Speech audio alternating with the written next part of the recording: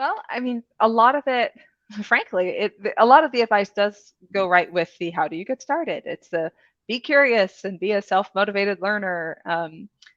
But I think that's particularly true if you want to grow and expand your role at all, that usually folks don't hand it to you as a these are the things you should learn if you want this other role. It's a you were curious, you learned a thing, and then there was a role where you could use that thing that you learned.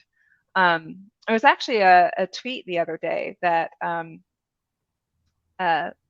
I'm not even going to try the names because they're people that I don't know and don't interact with, but the tweet really spoke to me of um, all right, so it's a Yassine MTB. I retweeted it, so if you follow me on Twitter, you'll see it. But said, my advice to anyone who wants to learn to code because they feel like their white collar field isn't going to get them where they want, don't become a software engineer. Become an accountant, lawyer, actuary, police analyst, economist, whatever that can also code, and you'll kill it.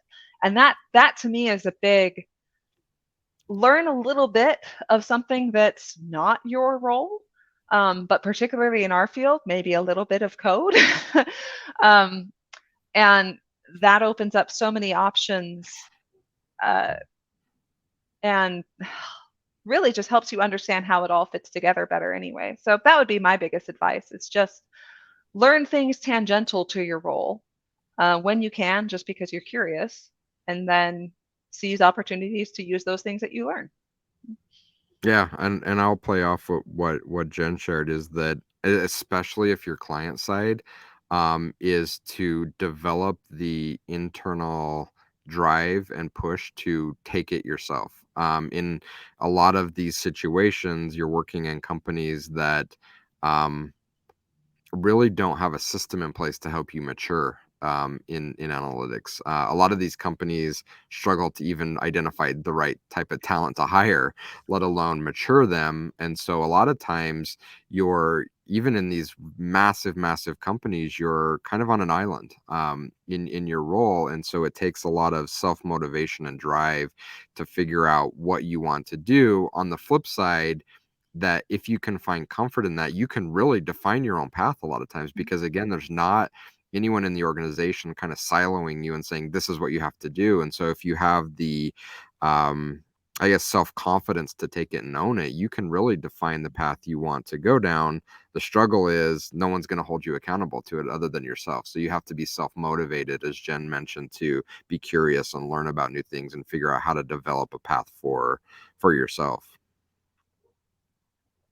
And I just always think there are so many things I can think of in my career history where I dove into something as a side project, knowing that I probably wouldn't use it in work. It was just interesting to me. So, for instance, I used to be an HTML developer. I used to make websites, but things have changed a lot since then. And CSS, particularly, has gotten all kinds of new and fancy. So, I took a advanced CSS course on Udemy just because I wanted, I was bored and I needed something non-client work to do. And since then, I swear when I chose to take the class, it had not come up once in the previous like 9 months.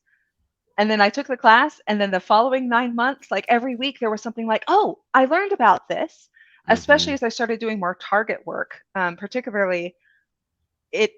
There's a lot of stuff I couldn't have done with our target projects if I hadn't taken that class just on a whim, not thinking it would ever be useful in work. But I can point to like 8 different things that I've done like that. Then I'm like, well, this isn't really my role. It's probably not going to come up, but it's interesting to me, sure.